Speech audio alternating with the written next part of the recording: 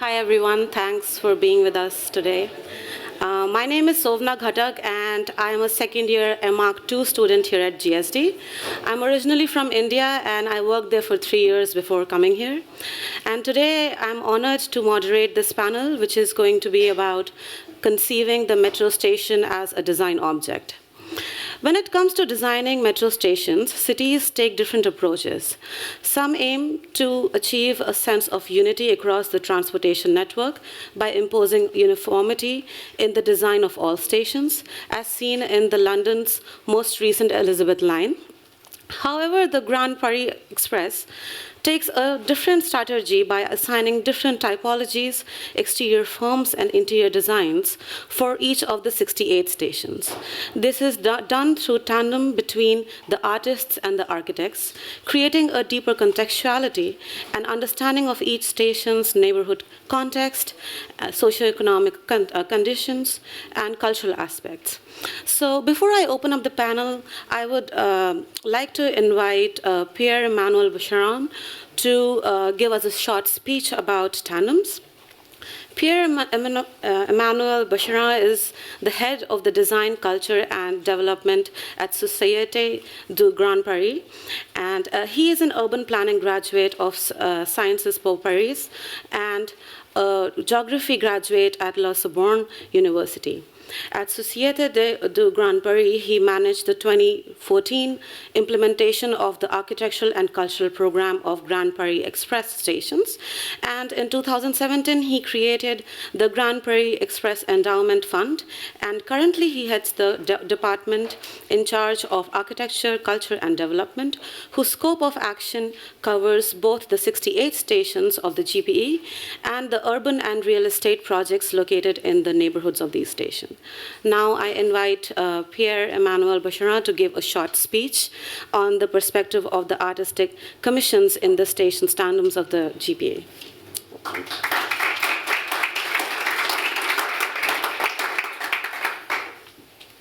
Thank you.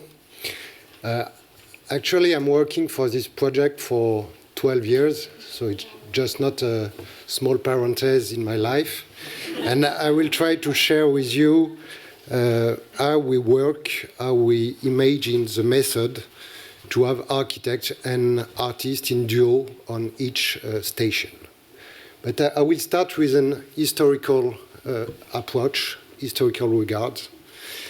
You know, in France, at the end of the 19th century and the beginning of the 20th century, we have a tradition of a unique model. It's Hector Guimard. We did all this entrance, metro entrance in Paris, with the engineer Fulgence Bienvenu.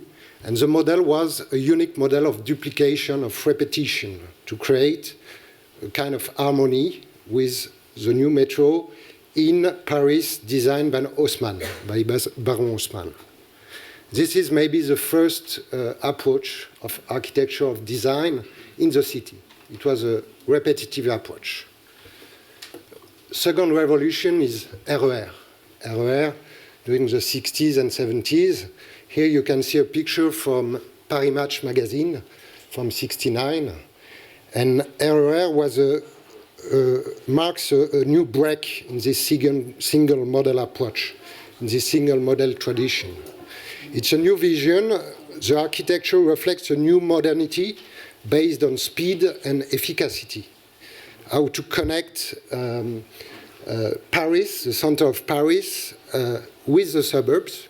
That's the question of RER, but not in a vision to how to rebuild the city on the city, but a vision of development, on spreading the city with the RER. And the architecture of RER is these underground cathedrals. We can speak about underground cathedrals. And it's a new vision of the life in underground. A new image also for Paris during the 60s and the 70s, a new image of modernity with this radial system of extension for Paris. And some very important architects like André Wojensky or Henri Vicario work for this station. So this is the first breaks with the unique and repetitive model of Hector Guimard. And the Grand Paris Express is marking a new stage, a new break in this tradition. Because each station of the new network is contextual. The idea is to have, for each station, an adaptation to the urban shapes. And this was the base of the approach for all the architects. And this is a founding choice for the Grand Paris Express project. Select different architects for each station in order to create contextual architecture. Maybe I can give you 4 main reasons about this choice. The first one is that with the Grand Paris Express, we have very different geotechnical issues. The depth of the station varies from at least 15 meters to 55 meters deep. So you see that you have different approach, different context, geotechnical context to deal with. The second reason is a specific urban context that the network will cross. Dense city center, but also less dense urbanized area. And we can have a unique model, a unique answer for this different type of context. The third reason is the idea to create buildings and not only a subway entrance like stair in Star Wars. The idea was to have real buildings. And the last idea is also that today we built the city in the diversity. We don't build the city in a unique model, and maybe the age of the duplication of the architectural object is over. So today, the Grand Paris is a unique commission, architectural commission in France, with more 30 teams of architects involved in the project, but also important art program and art commission. The idea with this art program was to accentuate this contextual principle by inviting an artist for each station in dialogue, in discussion with the architect. The idea is to move from a notion of functionality to a symbolic approach, and to say we have also to think this new station as symbol of the reborn of the suburbs of Paris. And I will finish to share just a few points on the method to organize this wedding between artist and architect. The first idea is that the art project born from the dialogue between the artist and the architect. This is why we didn't organize a competition to choose the artist. That's a very important idea. Not to impose a project in advance. The idea was to choose directly the artist with art professional, and after this, in agreement with the architects, to create a discussion, a process, to create each art piece. So at the beginning, we choose a personality, an aesthetic, a certain look on the world, but not a project. And I think this is an important point in the methods. Artist meets the architect without any pre-established idea that imposes itself on the architecture. The method is quite pragmatic and iterative. And this method creates also not repetition in stations. It's not, we visit 2 days ago the Metro of New York and the art program in New York. It's a very, very interesting art program, but quite repetitive. We saw a lot of frescoes in the walls. And here the idea was to have something different, something diverse, diversity of forms, of expression, and also to reflect the contemporary art, the state of the contemporary art. And that was why, and you can see on the screen, we have very different approach: sculpture, digital arts, video, murals, frescoes, lighting. And this is something that it's very, very important to reflect the diversity of contemporary art. So today we have 49 artists on this project, and the idea is to create a new open-air museum at the scale of the metropole. And this is, I think, also a strong idea in this project to say this network can be also a destination tomorrow, not only to take the metro, but also to visit art and architectural program. The idea is to offer the best for the suburbs, the best for all the people who are working and living in these suburbs, and to have the same ambition that we can have in the center of Paris, in the historical center of Paris. Thank you very much.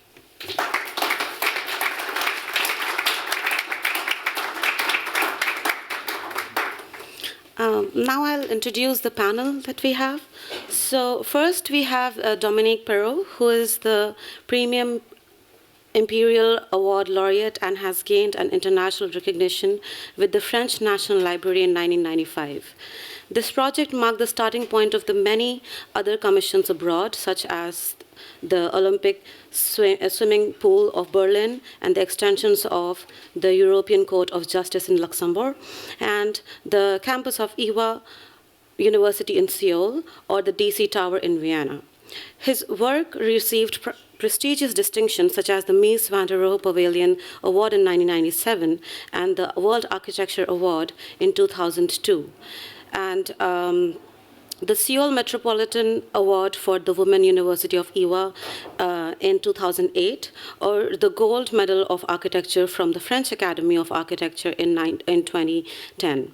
Dominique Perrault is also the founder of DPAX, a multidisciplinary research platform exploring the new perspectives for an underground architecture. Next, we have our very own Joan Busquets, who is the first Martin Buxmont professor in practice of urban planning and design at the GSD, a world-renowned urban planner, urban designer, and architect. Busquets served as the head of urban planning for the Barcelona City Council during the formative years from 1983 to 1989, and the preparation for the Barcelona Olympics in 1992, including the New Downtowns program for the city and the improvement process of existing neighborhoods. Busquets also published many articles and books, including the Barcelona, the urban evolution of the compact city, urban grids, which is a handbook for regular city design, and modern architecture and city. We also have Ron Witte, who is an architect and co-founder of WW Architecture, and he is currently working on an 840-hectare master plan in Taichung City, Taiwan, and a house for an art collector in Austin, Texas. Ron is a professor in residence of architecture at GSD, where he teaches option studios and seminars. Last but certainly not the least, we have Grace La as well, who is the professor of architecture, chair of practice platform, and former director of GSD's Master of Architecture programs. She is also the principal of La Dolman Architects, internationally recognized for the integration of architecture, engineering, and landscape. La Dolman's work has been featured in many publications, including Architect A+T, Architectural Record, Praxis, Topos, and as well as in the books released by Princeton Architectural Press and Routledge. Now we are going to have presentations, and I would like to invite Dominique Perrault at the podium.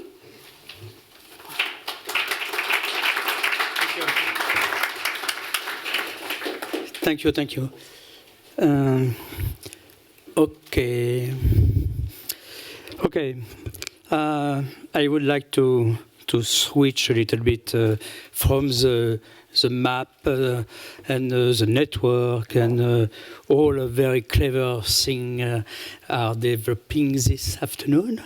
And we try to go where we will be in the network, in this map, and which kind of map we could imagine now.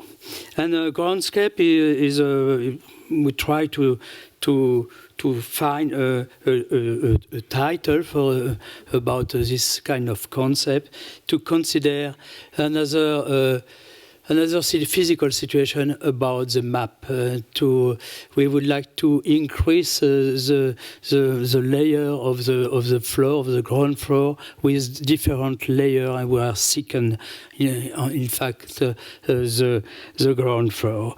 And first, we could develop with different drawing, like a fiction, like collage, and so. We would like also to develop a critique about the modern movement, and it's not a critique against the modern movement. It's a critique about, like a dialectic about the modern movement. And the modern movement, you know, is a Puritan movement, and is fitting with the progress. So you should be clean, hygienist, and so, and you should develop some different districts with a strategy of the zoning, and with a very clear function, if you want, about these different territories. And the modern movement don't touch the floor, don't touch the soil. The modern movement considers the soil doesn't exist. And it's interesting because, in fact, the relationship with the soil is our origin. We come from the soil. We come from the earth.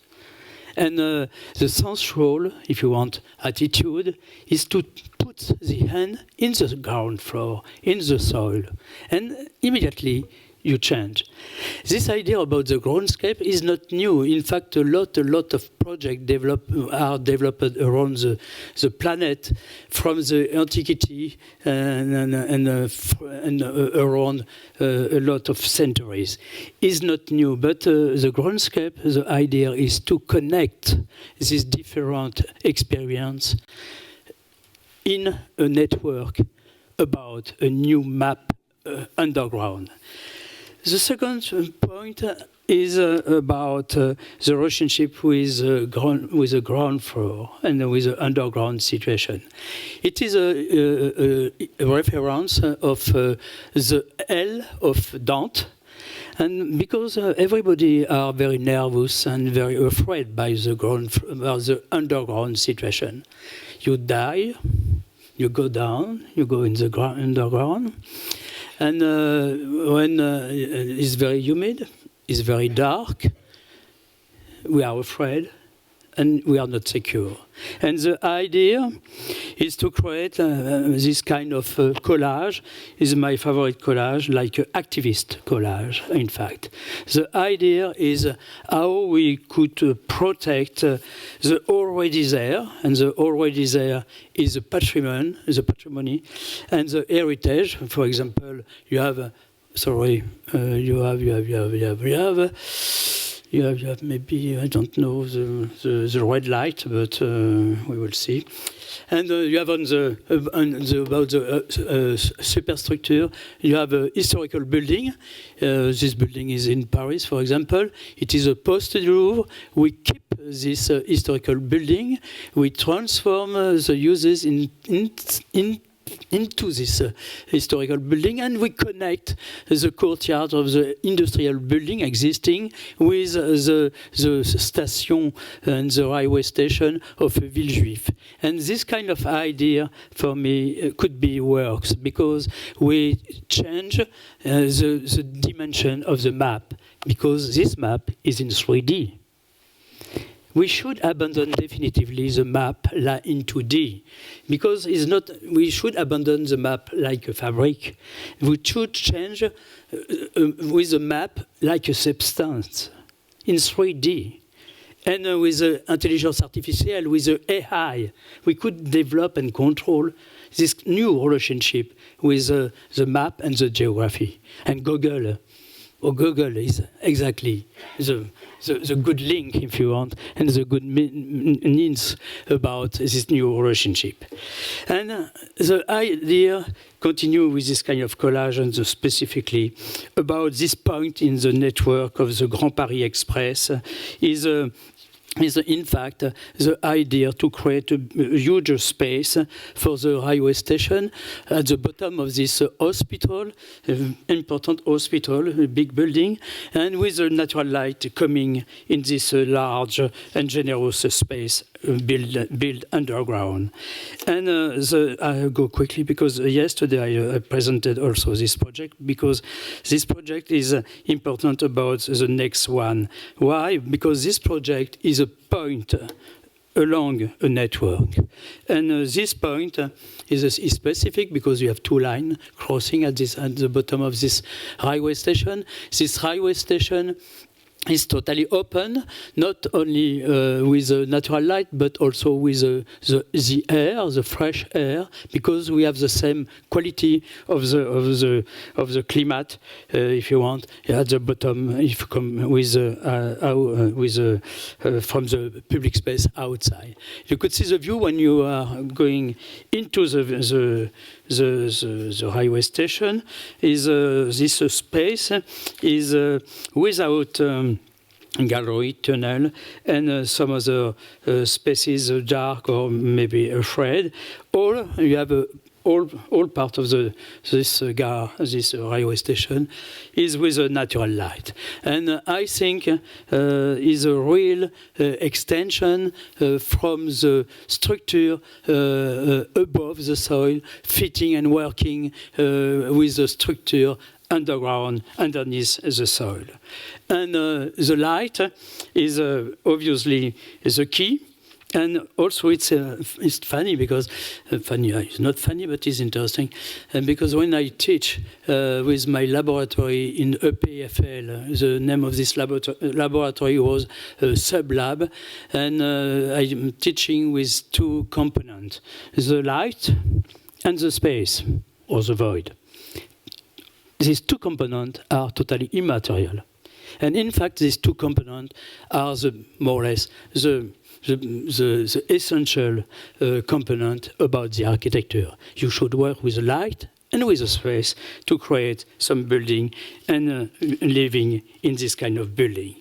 The light is come from this very important person on the left of this image, is Newton.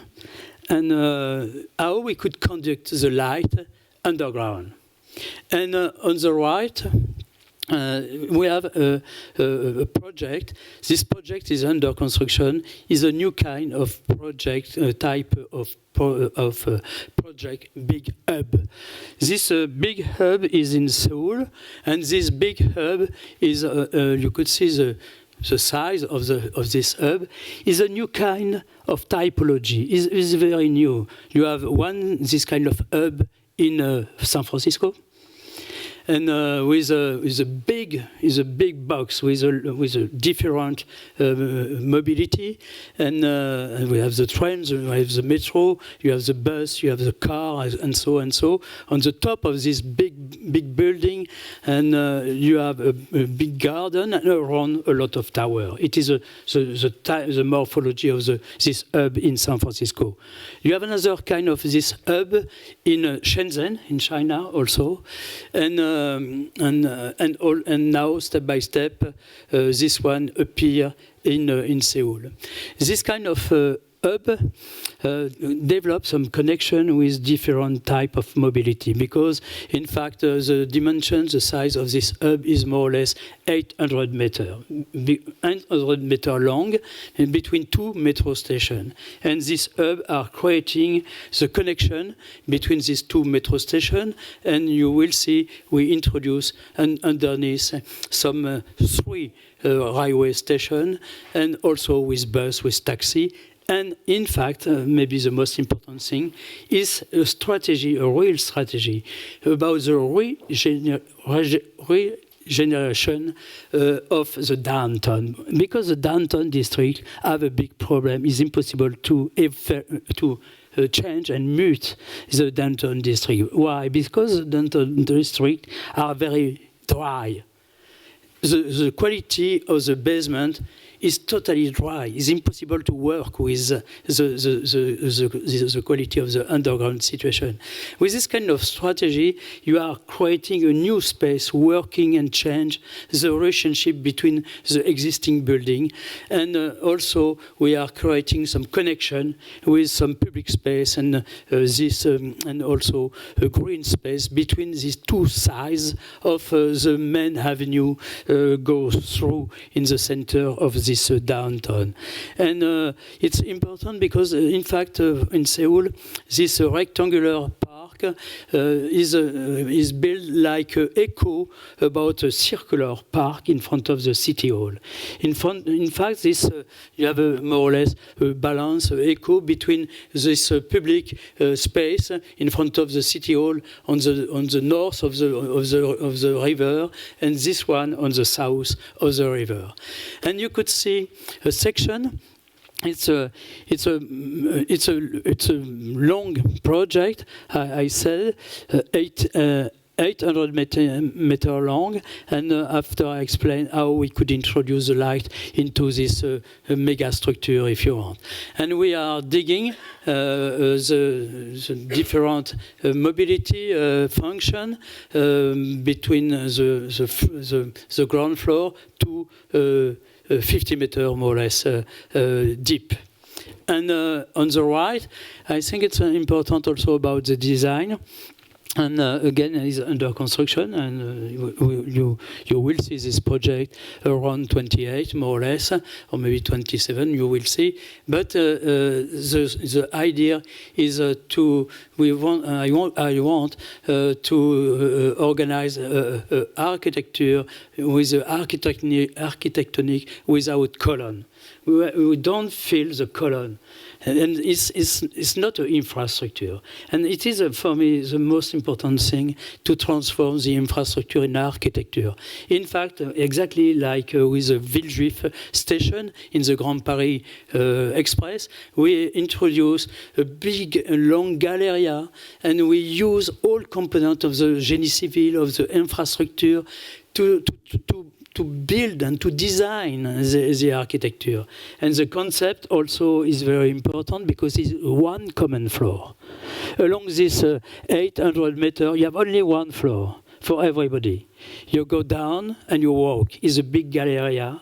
It's a long galleria with this light beam floating on the top. You could see the view inside, and you imagine two metro stations at the end of this section, and with different facilities and about the mobility. And it's a public project. It is a state, and the city of Seoul pay for this project, and they said during the competition, they said no retail. It's not a shopping mall. No retail. We have around a lot of retail. A lot. And the idea is to connect this kind of retail existing around with this long galleria. In this galleria, you have some services, you have some, for example, some pop-up from the university, different university in Seoul. You have an exhibition, you have different program and facilities, but no shops. And you could see the work to change the quality of this very huge and very wide avenue. And we introduce, as we said, the light beam. The light beam is, in fact, optical instrument, if you want. And the light beam, the size of the light beam is interesting in section. Is 10 meter wide and 20 meter high and 600 meter long. And the cost about this light beam is 100,000 100 millions, $100 million for the light beam only. I am a very lucky architect, you could imagine. It's a dream for an architect to develop only one component of the building, 100 million, only for the the light and to conducting the light. Okay, it's a joke, but it's a nice joke, and this dispositif, this development, creating some main entrance, obviously, in this big hub, and also creating again the presence of this public space. Inside, you have at each extremity the connection with the metro station, like that. Again, no columns, no presence of the design of the infrastructure, only a presence about architecture like a big galleria. And you could have some exhibition place, and the people move. The evaluation from the city and the state about the exchange during one day is 600,000 people walking in this hub when it will be built. And the last collage is to remember the very interesting situation about the Pyrenees. And Pyrenees is a fantastic reference to working with the Arc de Triomphe, and we imagine the Arc de Triomphe floating about this history. Thank you.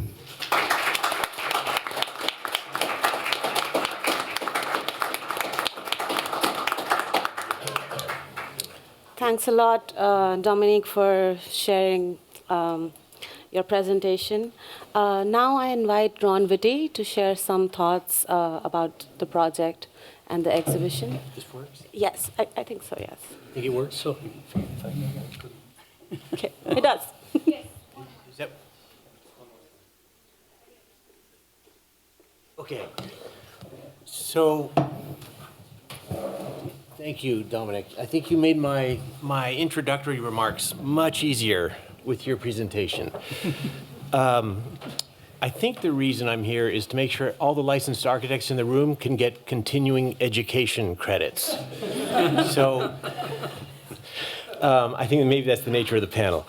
But I also think it's a really, really interesting subject, and in simple terms, ones that we're probably familiar with, the relationship between architecture and urbanism is obviously a very intimate one. And I certainly want to reinforce that. It's something I believe in, but I also want to try to take it up in a particular way. And maybe to start, I think I really liked, I don't know if Rahul is still in the room. Did he leave? Is Rahul here? Anyhow, I really liked Rahul's statement about the architectural part of this being a kind of fantastic bet on the part of the jury. It's true, we can't see anything. So it is a fantastic bet. We can't see a thing. That makes my job kind of harder, and it means I can say anything I want about what's about to happen. So that's kind of where I'm going to try to point, is I think there are certain things that emerge from these projects having to do with architecture that are really important. Maybe just before I do that, I think it's important to note something, and that's the presence of you two in particular in the way this was framed early on. From an architect looking onto this project, through my eyes, looking onto it, it was a kind of magician's trick, I would say, what you guys did. And what I mean by that is, I was looking at the guidelines, so to speak, those things that are meant to corral architects into certain kinds of behavior, and I didn't feel corralled as I read through them. I felt prompted, I felt provoked by certain things in them. That's a really difficult thing to do. So there's something that goes way back to when you started on this project that I think is quite important, and is a really significant lesson to me as an architect about how such projects are undertaken at this scale, but at all kinds of scales. And for that matter, at the scale of a building itself, which might have to do something with programming a building, for example. So this was quite striking to me, and I just wanted to kind of underscore that. Then I wanted to, and this is where I'm appreciative of Dominique's introduction. No, you kind of took my thunder, but you kind of didn't. So what I think is interesting in these 68 stations and their relationship to this large system is the way in which that system puts pressure on particular subparts of architecture. In other words, not necessarily on buildings as a whole, but on certain pieces of buildings. And I think probably the first one to come to the surface, literally for me, is the ground. But not quite the ground. I'm in agreement with Dominique to that part. And then I'm going to split off a little bit because I'm particularly interested in the way in which the 2D ground plays out in these projects. And basically, there is, as you heard earlier today, 43 million visits per routes per day being conducted below ground that have the possibility of coming up and stepping onto a surface. It's that I find interesting. That's an unbelievably potent moment for an architect. So it's a floor. It's whatever that, in the terms in your brief that are laid out, it's the parvis. It's the parvis that is on the outside of the building, and it's the parvis that's within a station. This, to me, is extraordinarily interesting. It raises certain specters. I couldn't help but think of Eisenstein's baby carriage going down the stairs and all of the things that go along with those surfaces that are part of public life. But it's the point at which architecture exceeds architectural circumstances and becomes public, that ground. And it is the 2D surface that I'm referring to. So, you know, then, and I do think actually we're fortunate to have with us Dominique, who is, let me go back there, arguably the world's foremost expert on ground shenanigans. And it's quite interesting to me to think about what you've done in different moments with the ground, with that 2D ground. Yes. And I know there's always an underground underneath these, but there's a berm. This is a velodrome, a sports complex in Berlin. There is a berm that runs around the edge. I was instructed not to get out of my seat, so I'm going to stay here. But there's a berm that runs around this. You can see the white frames around each building. So the berm goes up. The buildings are basically plugs in a depressed point in the ground. And the buildings kind of disappear within that. So this is one form of shenanigan. Here's another one. At one point, this is your life story. Sorry, pal. But this is another one, a very interesting project to take over the ground of the Ile de la Cité. This is basically hallowed ground. I mean, how do you touch this one? And it's extremely interesting to think about this 2D surface in a region of the city. We're not talking about the edge here. We're talking about thousands of years of gravity in Paris to take over that surface and try to do something with it in such a way that begins to cohere, begins to create new relationships. The edges of that island become more important. There are moments where that two-dimensional surface is perforated and goes down, maybe striving for your underground instincts again. But this is another version of those same shenanigans, this time with a super, super intense context. I couldn't find your buried Panthéon, so I reconstructed it. I think it's far more beautiful than your version, I have to say. I apologize for it being a bit Christmas-like, and I flipped the Panthéon. Sorry. Yeah. In any case, another version where the ground is simply reduced to a hole. It's a little bit like Michael Heiser's sculptures at Dia Beacon. I don't know if you know those. They're quite remarkable. But the ground is simply reduced to a hole. And these are, I think, striking things to think about when that hole leads on to 43 million journeys per day. Per day, I mean, not even per year, per day. This is just unbelievable. You think about how much capital, how much life, how much social existence is coming through that hole every day. This is why that green line, my interest is the green line here in your diagram. This is why that green line is so potent to me. I don't think necessarily the ground is the only pressure point that these stations put on architecture. I think there are a couple of others that are really, really pronounced. One would be a roof. You slip under the roof in order to get into the station and out of the station. The roof is incredibly important.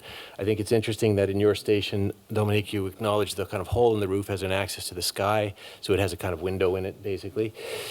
But the roof is obviously quite important. I think there's some other really interesting things that take place in the stations. One of them is what a facade is. And I found it interesting, again, kind of looking at the projections of these stations, because that's what we have right now. Some of them are coming out of the ground. But I found it quite interesting to think about what the role of a facade was, the vertical surface that surrounds them. And in fact, it's also inverted in some sense. In other words, the facade that matters is the one after you come out of the hole and you go at the facade from the inside, not from the outside. So the building basically is a kind of facade turned inside out in many senses in the station.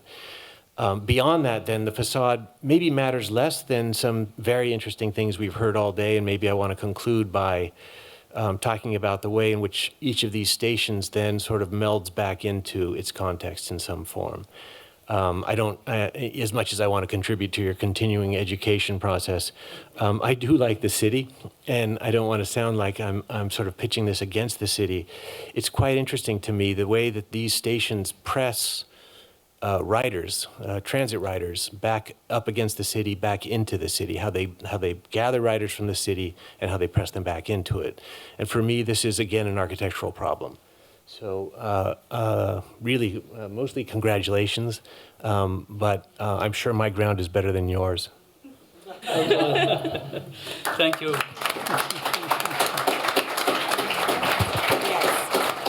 Thank you, Ron. Now you. we would like to hear from Grace about the project. So here at the GSD, they don't actually tell you what you're going to be doing. They just give you a title. So Joan gave us this title. And like any good student, you know, you wonder. And it was Metro Station as a design object. So I needed to think about that a little bit. And I've learned so much today also that, you know, we have some real estate in Gangnam, so I think we should make sure to keep it as long until your $100 million light is handled, then we sell. Okay, so some of you know I am working on the conversion of a granary project with my partner James Dahlman in the back of the room. And the intention is to transform it from its original purpose, which is, of course, the storage and distribution of grain, to become a new civic center and museum. So, and I will get to why I think this is an interesting question for us, but for millennia, granaries have been really at the heart of human communities, protecting precious food resources and creating a strong bond between our human settlements and surrounding landscapes. So their iconicity is essential as a kind of distinct marker in the landscape. So in our conversion, we are going to, the exterior will be reclad and the new spaces will be created for community gatherings. So what was once mute and an opaque box will hopefully be enlivened through light, and the iconicity will be heightened to offer a sequence of new space and circulation. So the design operates as both additive and subtractive, and the surgery culminates in a recognizable head house. So, of course, the Grand Paris Express, we are not dealing with the distribution of grain, but rather the movement of people. And so the granary typology, which was conceived at the intersection of the agrarian economy, landscape, and transportation. So it manifests in diverse shapes and sizes, from modest sheds to large-scale silos, and purely functional structures without decoration and built to carry very massive loads and to protect food from decay.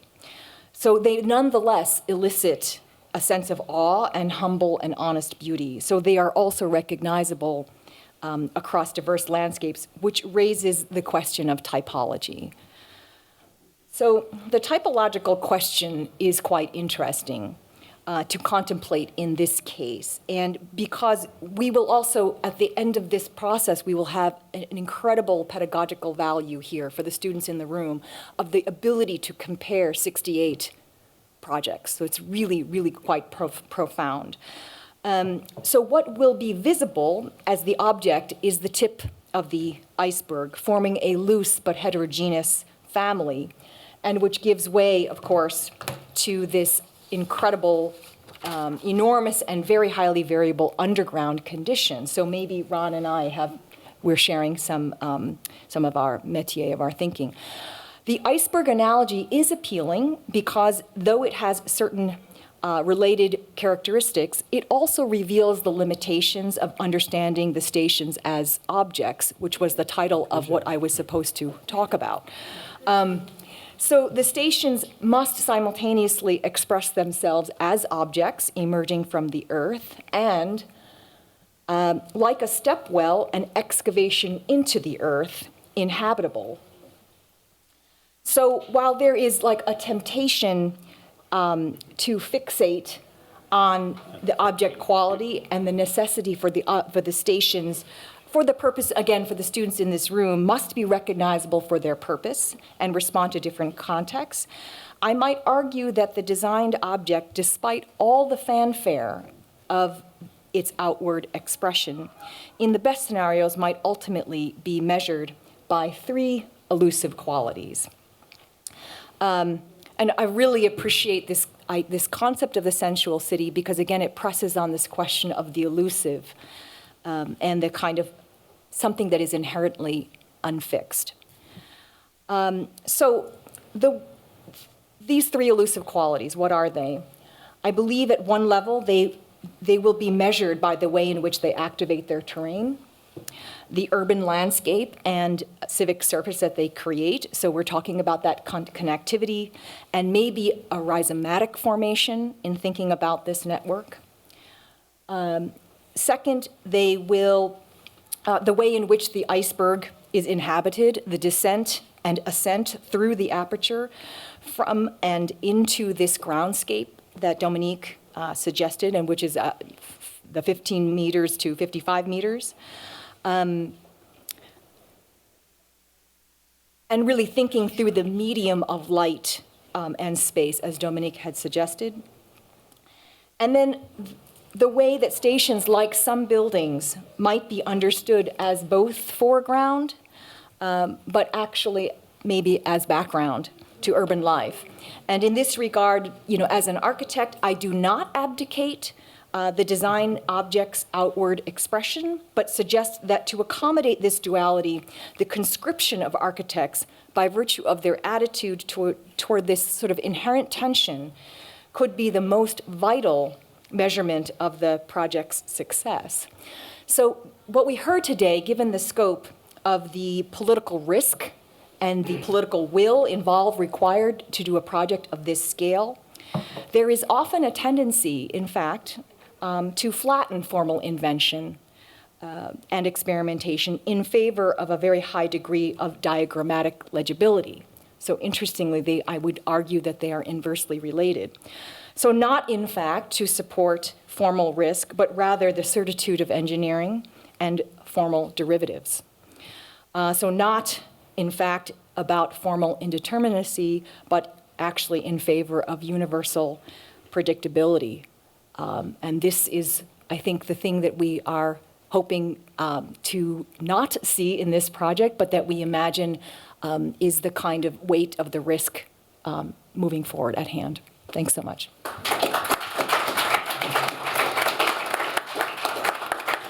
Dominique's is perfect, though.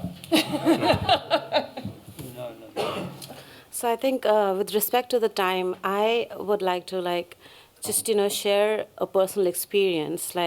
In Walter Benjamin's famous writing, The Work of Art in the Age of Its Technological Reproducibility, he wrote that while the need for architecture is permanent, it is always received in a state of distraction.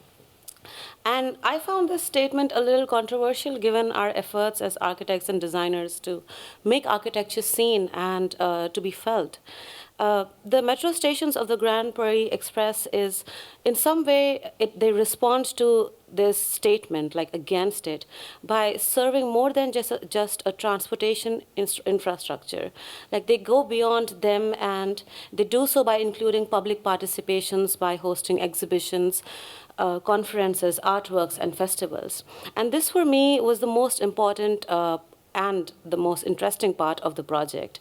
A metro station that goes beyond the signages and maps and elevators. Those are the things that we usually look for when we go in the metro station. But these, they offer something really interesting through the Tandem project. So I think my question to you, Joan, would be like, how do you conceive this project and exhibition, and like your thoughts about it? Good. Thank you. Very, very simple to answer. Thank you. Okay.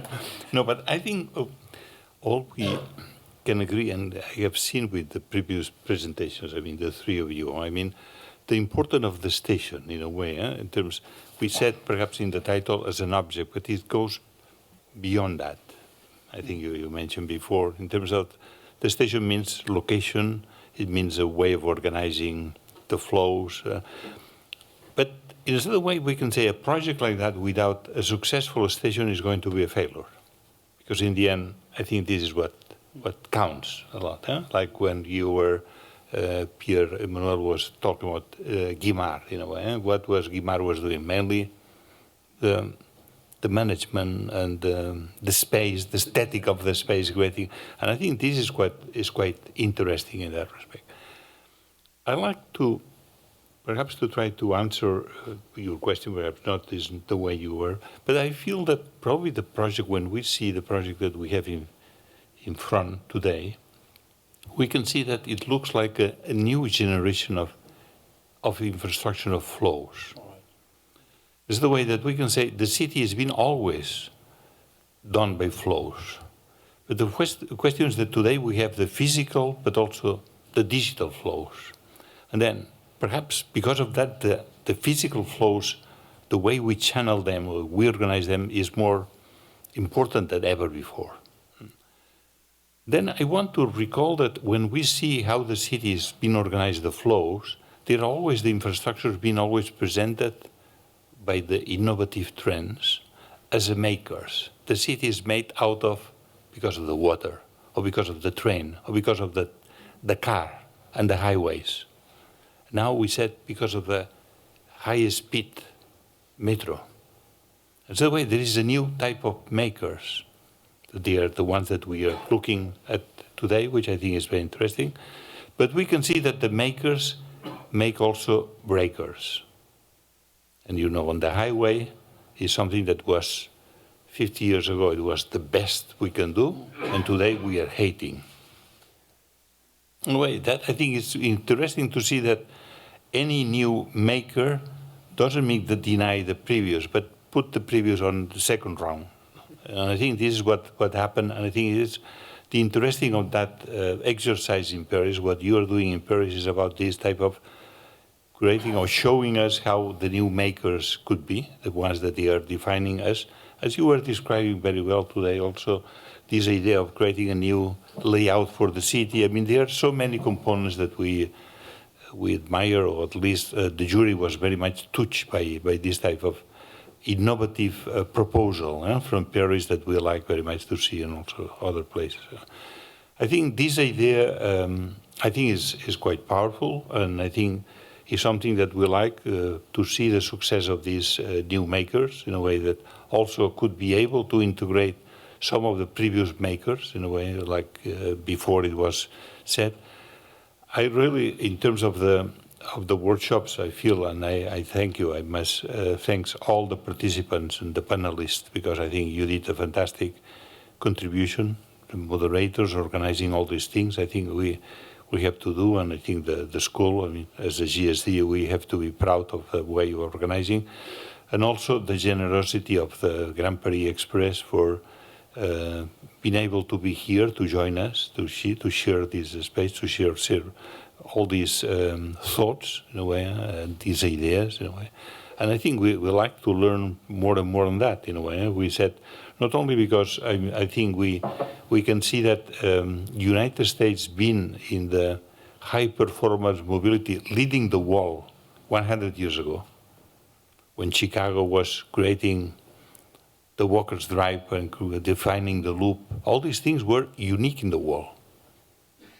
And I think probably now will be the moment that these things, after the experience of Paris, perhaps it will be the moment of touching US again and to try to find another scale for solving these questions. I mean, this is, but I think we have to look at always back in a positive sense to say what we can learn about this different experience that we can have in the cities. And my final words is to thanks everybody, and even the audience here, and also the team of students that been already making it possible. Anyway. Because I think you see, and you can see that the tables were very smoothly organized by a secret team, no, in a way that and they were always present and pushing the panelists to get the slide in the last minute and to make these things smooth and easy. And I appreciate very much how the panelists were also very disciplined in trying to get different themes, because I think that is richer also for the audience. And I hope that all these things will inspire many at the professional level, but also at the pedagogical level in our school. And I think I'd like to applaud everybody in a way that will be. Thank you.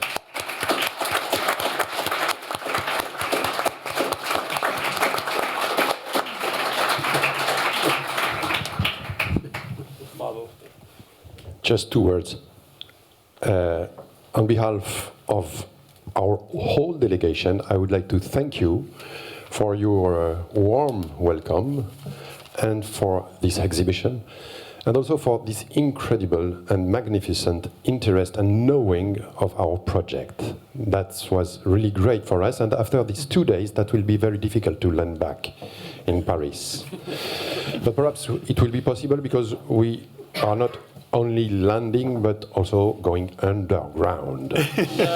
Our last workshop was about underground. And you know, a French famous author called Marcel Pagnol wrote a theater piece about underground. It's called The Well Digger Daughter, something like that, La Fille du Puisatier. In this theater piece, there is a quote I like very much. Méfiez-vous des gens qui vous vendent des outils qu'ils n'utilisent jamais. Beware of people who sells you tools that they don't use. You didn't sell us tools, but you gave us ideas. And be sure of one thing, we are going to use it. Thank you.